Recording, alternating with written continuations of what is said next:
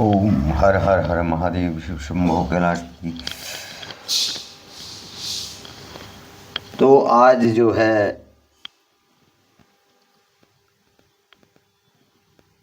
शिव तीर्थों के भ्रमण से जो है नारद जी का जो है ब्रह्मा जी से प्रश्न है। और आज की कथा जो है नारद जी जो है ब्रह्मा जी से अपने पिता से जो है शिव तीर्थों का वर्णन और उनके भ्रमण से जो है क्या फल मिलता है, इस कथा को सुनना चाह रहे हैं। तो सूत जी जो है महर्षियों से जो है कह रहे हैं कि जब भगवान विष्णु ने जो है नारद जी को कहा कि तुम क्या करो, भगवान शिव का ध्यान करो, भगवान शिव का पूजन करो, तो और जो भगवान महाकाल की जो है महिमा का वर्णन कौन कर सकता है? ब्रह्मा जी स्वयं तुम्हारे पिताजी तुमको जो है शिवलिंगों का, शिव पूजन के बारे में और शिव सहस्त्र नाम जो है उसका वर्णन जो है वही करेंगे। तो सूत जी ऋषियों को कह रहे हैं, जब भगवान अंतर्ध्यान हो गए तो ब्रह्मा जी के पास चले गए नारद जी, और वो जो है शिवलिंगों का और भक्ति पूर्वक दर्शन करने के लिए निकल गए। और इस प्रकार से जो है मुक्ति देने वाले अनेक शिवलिंगों के उन्होंने दर्शन करे। और जब रुद्र गणों ने नारद जी को वहां देखा तो वे जो है दोनों गण अपने शाप की मुक्ति के लिए उनके चरणों पर गिर पड़े।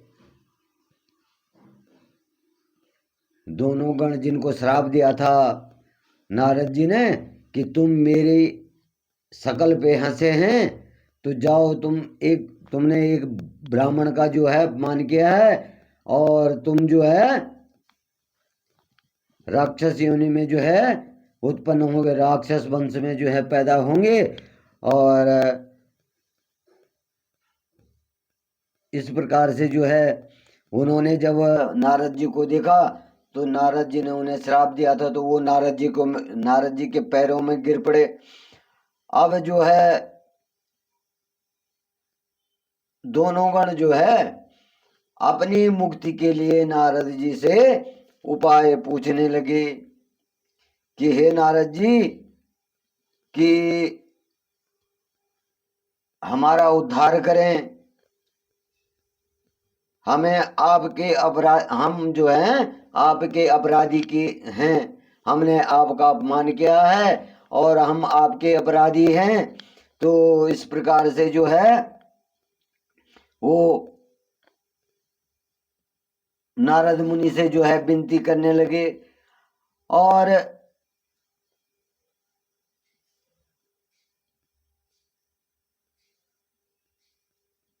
जो आपका मन था वो राजकुमारी में माया के कारण जो था, वो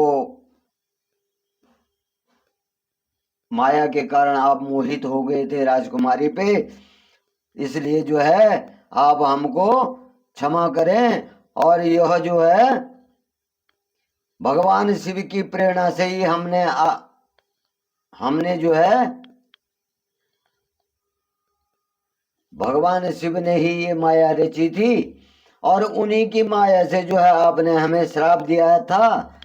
और अब हमारी जो है जीवन रक्षा का उपाय कीजिए, क्योंकि नारद जी भी ऋषि थे, ब्राह्मण थे, तो उनसे जो है उपाय पूछने लगे। जो ऋषि लोग, वो ब्राह्मण लोग शिवगण थे, तो वो जो है नारद जी से जो है अपनी मुक्ति का श्राप, अपनी श्राप से मुक्ति के लिए जो है वो नारद जी से उपाय मांगने लग गए। तो नारद जी ने उन शिव गणों से कहा, हे रुद्र गणों, आप तो स्वयं जो है महादेव के गण हैं एवं सभी के लिए जो आदरणीय हैं।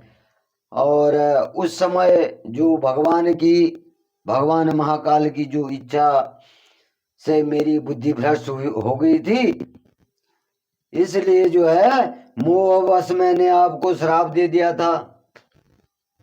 नारद जी कह रहे हैं कि भगवान महाकाल की माया के बस में आकर बल जो है भगवान महाकाल की माया थी और उसके बस में आकर मैंने आपको श्राप दे दिया था। तो इस प्रकार से जब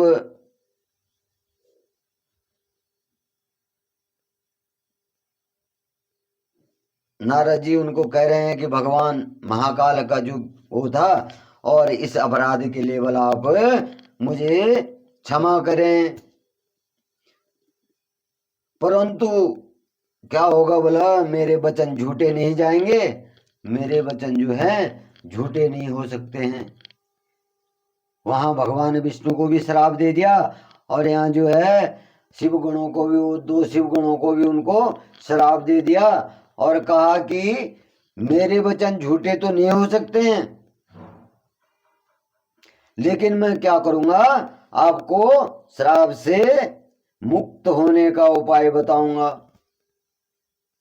कि किस प्रकार से आप जो है मेरे श्राप से मुक्त हो जाएंगे। वो ऋषि श्राप था तो वो तो झूठा तो नहीं हो सकता था, मिथ्या नहीं जा सकता था, इसलिए जो है इसके लेवल में आपको उपाय बताता हूं।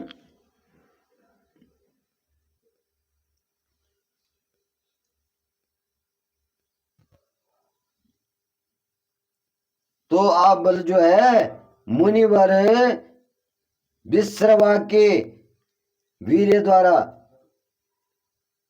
तुम एक राक्षसी के गर्भ में जन्म लेंगे। मतलब मुनि विश्वशर्वा के तुम पुत्र होंगे और तुम क्या करेंगे बोले, एक राक्षसी के गर्भ में तुम्हारी माता जो है राक्षसी होगी, उनके गर्भ से तुम जन्म लेंगे और समस्त दिशाओं में रावण और कुंभकर्ण के नाम से प्रसिद्धि पाओगे।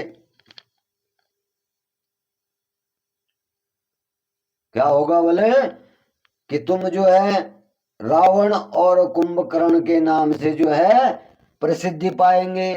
तो रामायण की रचना तब हो गई थी, देवलोक में ही रामायण की रचना भगवान महाकाल ने कर दी थी।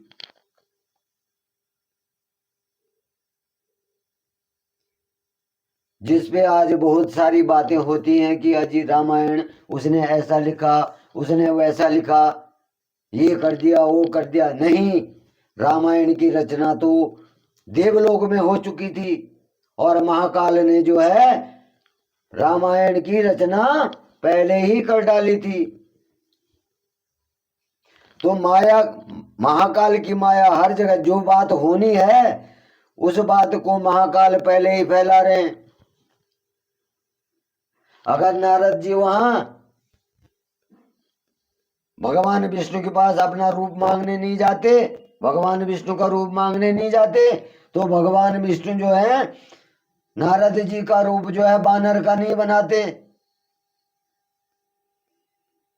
और जब भगवान नारायण ने जो है नारद जी का रूप जो है बानर का बना दिया तो शिवगण वहां उनको देख के हंस गए और इससे जो है नारद जी क्रोधित हो गए। तो नारद जी जब क्रोधित हो गए तो दोनों शिव गणों को जो है श्राप दे करके कह दिया कि तुम राक्षस कुल में जन्म लेंगे। और अब उनको उपाय बता दिया कि भाई तुम विश्वशर्मा के अंश होंगे और राक्षसी के गर्भ से जन्म लेंगे और तुम्हारा क्या होगा, तुम्हारा नाम जो है रावण और कुंभकर्ण होगा, इससे तुम जगत में प्रसिद्ध होंगे। और तुम क्या होंगे बोले, राक्षस राज होंगे, तुमको जो है राक्षसों का राज्य प्राप्त होगा, तुम राजा बनेंगे और तुम जो है बहुत बलवान पराक्रमी वैभवशाली होंगे और तुम्हारा प्रताप जो है तीनों लोकों में होगा।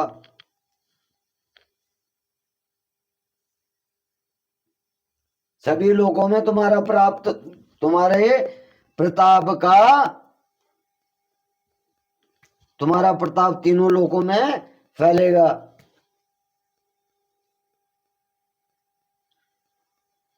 तो इस प्रकार से ब्रह्मा जी जो है उन दोनों शिव गणों को कह रहे हैं और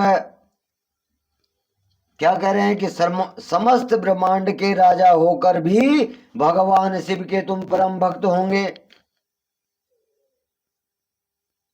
भगवान शिव के परम भक्त होंगे। उनको उनकी मुक्ति का उपाय बता रहे हैं नारद जी कि जब तुम्हारा जन्म जो है राक्षस कुल में होगा और तुम जो है राक्षस राज्य के राजा होंगे, राक्षसों के राजा होंगे और तीनों लोगों में जो है तुम्हारा प्रभाव होगा, लेकिन इतना होने पर तुम भगवान के महाकाल के भक्त होंगे, महान भक्त होंगे। और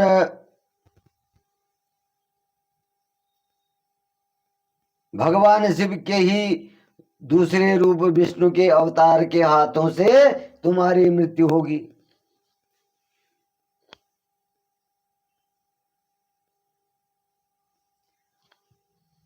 महाकाल के तुम भक्त होंगे और जो भगवान महाकाल का दूसरा रूप विष्णु है उनके हाथों से तुम मारे जाओगे और तुम्हारी मुक्ति होगी। अब वहां जो है नारद जी ने भी उनको उनकी मुक्ति का साधन बता दिया। तो देखिए, रामायण हमारा धर्म ग्रंथ है और इसका जो है पूजन और सम्मान करना चाहिए। हमारे धर्म ग्रंथों के बारे में किसी को बोलने का कोई हक नहीं है। अनर्थ मत बोलिए, विनाश हो जाएगा। ये आज का ग्रंथ नहीं है, ये लिखा हुआ ग्रंथ नहीं है, ये महाकाल ने जो है इसकी रचना की थी। ये अमृत देने वाला है। जो रामायण की रचना महाकाल ने की वो अमृत देने वाला है। तो इस प्रकार से जो है किसी भी धर्म का अपमान मत कीजिए, सब उसी की संतान है।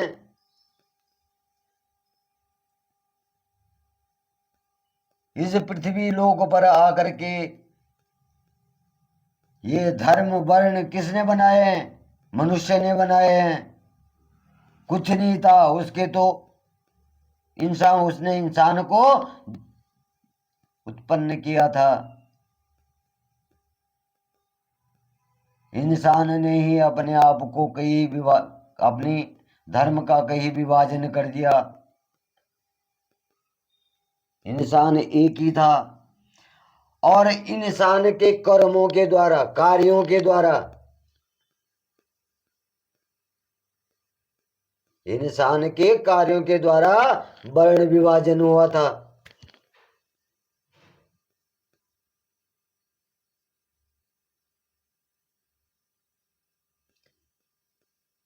ब्राह्मण हो गया, क्षत्रिय हो गया, शूद्र हो गया, वैश्य हो गया। तो इनको उनके कार्यों के द्वारा ही ये वर्ण विभाजन हुआ। किसने करा? हम ही नहीं करा, इंसानों ने ही करा। तो ऐसा वर्ण विभाजन था। और जातियां कोई जातियां नहीं थी, वर्ण के नाम से ही जो है उनका जो था कार्य के, उससे ही जो है उसका वर्ण बनाया गया था। तो सब उस परमात्मा की संतान है। उसने तो सिर्फ जो है जीव आत्मा की रचना की थी, मनुष्य को बनाया था, नर नारी को बनाया था। स्वयं नारायण ने जो है नर और नारायण इंसान को बनाया था। और इंसान ने जो है कार्यों के, जो जिस तरह बुद्धिमान होगा उसको ब्राह्मण कह दिया, जो ताकतवर था वो क्षेत्रीय हो गया, जो व्यापार करता था वो वैश्य हो गया, और जो अन्य काम करता था वो शूद्र हो गया। तो वर्ण विभाजन भी जो है इस धरती पे हुआ, लेकिन जाति कोई जाति नहीं थी। मनुष्य को वर्ण के आधार पे बांटा गया था। तो इसलिए कभी किसी के धर्म का जो है अपमान नहीं करना चाहिए। और जो ये हमारी जो है रामायण भी है, हमारे कई ग्रंथ हैं, तो उन ग्रंथों का अपमान मत कीजिए, उनका सम्मान कीजिए। अगर आप पूजन या उन पे प्रवचन नहीं करते हैं तो उनका सम्मान जरूर कीजिए। और भगवान ने इंसान को बनाया, किसी धर्म को नहीं बनाया, किसी जाति को नहीं बनाया, वर्ण बनाए हैं। वर्णों कार्य के आधार पे जो है वर्ण बनाए हैं। ये जो है धर्म जाति जो है ये इंसान ने ही अपने आप को बांटा है।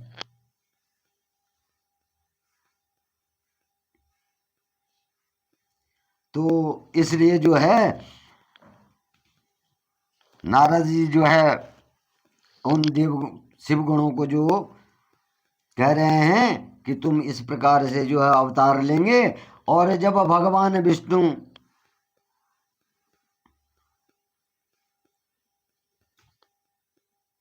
पृथ्वी पर जन्म लेंगे तो उन्हीं के हाथों से जो है तुम्हारा उद्धार होगा। तो फिर जो है सूत जी कहने लगे कि नारद जी का कथन सुनकर वे दोनों गण जो है प्रसन्न होकर के वहां से चले गए। जब उन्होंने नारद जी के मुख से जो है अपनी मुक्ति का साधन पाया तो वो जो है आनंद होकर के जो है वहां से चले गए। और भगवान शिव के, भगवान महाकाल के तीर्थों के दर्शन करने लग गए। और इस प्रकार से बल भ्रमण करते करते शिव की प्रिय नगरी काशी पहुंच गए। शिव की प्रिय नगरी कहा जाता है काशी को। काशी में विश्वनाथ धाम भी है। तो शिव की नगरी काशी पहुंचे और काशी का दर्शन करके पूजा उपासना की। और श्री नारद जी शिव की भक्ति में डूब गए। अब नारद जी भी शिव की तपस्या में डूब गए, चले गए शिव जी की तपस्या करने। क्योंकि महाकाल की तपस्या से ही जो है नारद जी की भी मुक्ति होनी थी। तो इस प्रकार से जब नारद जी देवलोक चले गए और ब्रह्मलोक चले गए तो वहां पहुंच करके अपने पिताजी को, ब्रह्मा जी को आदर पूर्वक नमस्कार किया और उनकी स्तुति करने लग गए। किसकी? ब्रह्मा जी का तीसरा, महाकाल का तीसरा रूप कौन है? ब्रह्मा जी है। ब्रह्मा जी नारद जी के पिता हैं और वो जो है अपने पिता के लोक में जा ब्रह्म लोक में जा करके अपने पिता की स्तुति करने लग गए। तो जो है अब जो है नारद जी का हृदय जो है शुद्ध हो चुका था, क्योंकि वो भगवान महाकाल की सब लिंगों के दर्शन करके आ गए थे। और भगवान शंकर के प्रति उनके मन में भावना जो थी और भी ज्यादा उत्पन्न हो गई थी।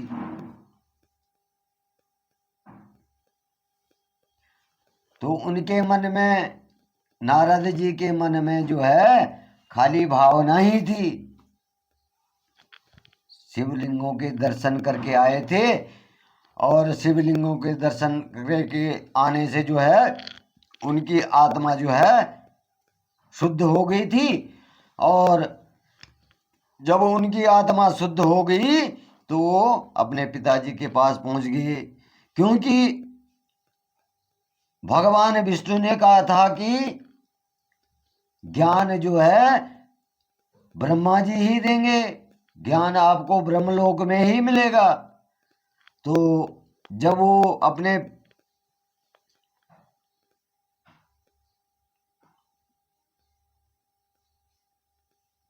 जब वो ब्रह्मा जी की स्तुति करने लगे तो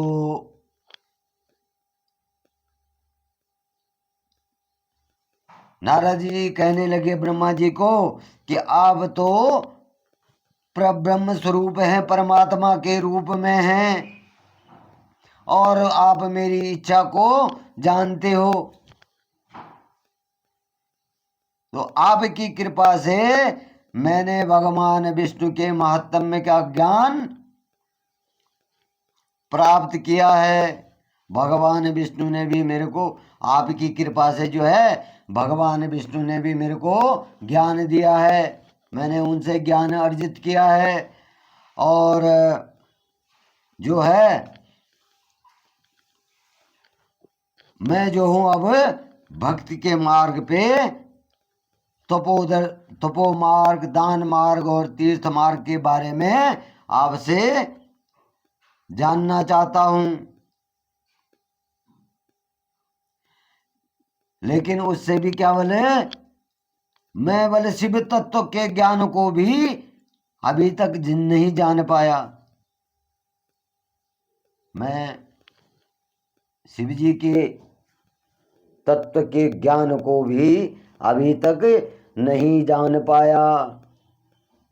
तो इस प्रकार से जो है नारद जी जो है ब्रह्मा जी से कह रहे हैं,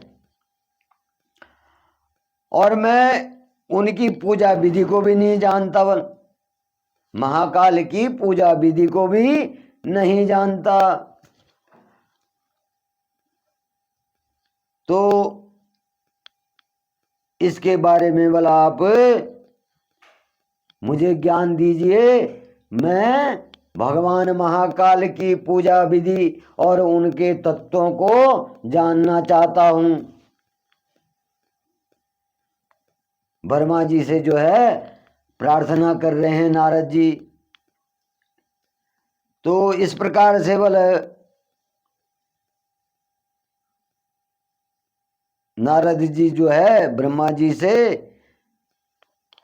शिव तत्व के बारे में और उनके चरित्रों, उनके स्वरूप अथवा सृष्टि से आरंभ में, मध्य में और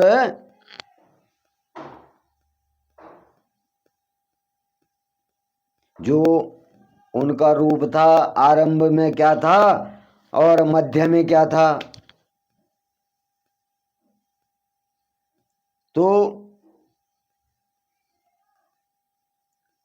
कह रहे हैं कि भगवान महाकाल की लीला कैसी होती है, इनका स्वरूप कैसा कैसा होगा और इनके चरित्र क्या थे। और जब बोले प्रलय काल, जब इस प्रलय काल हुआ था सृष्टि में प्रलय आ गया था तो उस समय भगवान महादेव कहाँ थे? उस समय भगवान महादेव कहाँ थे? और उनका विवाह तथा उनके पुत्र कार्तिकेय जन्म आदि की कथावल अब मैं आपके मुख से सुनना चाहता हूं।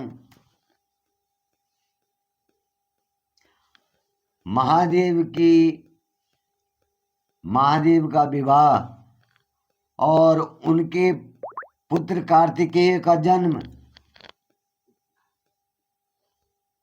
और उनके जो है चरित्रों को जो है आपके श्रीमुख से सुनना चाहता हूं। तो इस प्रकार से जो है भगवान शिव कैसे प्रसन्न होते हैं और प्रसन्न होने पर क्या क्या प्रदान करते हैं, क्यों ब्रह्मा जी सब कुछ जानते हैं। महाकाल के तत्व के बारे में भगवान और विष्णु जी ये तो तीनों एक ही हैं, तो एक दूसरे के तत्व को क्यों नहीं जानेंगे। भगवान महाकाल से ये जो है दोनों की उत्पत्ति हुई है, तो वो शिव तत्व को जानते हैं। और वो जो है नारद जी ब्रह्मा जी से कह रहे हैं कि इस संपूर्ण वृत्तांत को भला आप ये संपूर्ण कथा जो है आप कृपा करके मुझे सुनाएं। और इस प्रकार से जो है नारद की ये बातें सुन करके परमपिता ब्रह्मा जो है प्रसन्न हो गए। परमपिता ब्रह्मा जो है नारद की स्तुति को करके और इस प्रकार से जो नारद जी जो है ब्रह्मा जी से महाकाल के बारे में पूछ रहे हैं और उससे जो फल प्राप्ति क्या क्या होती है तो उसके बारे में पूछ रहे हैं।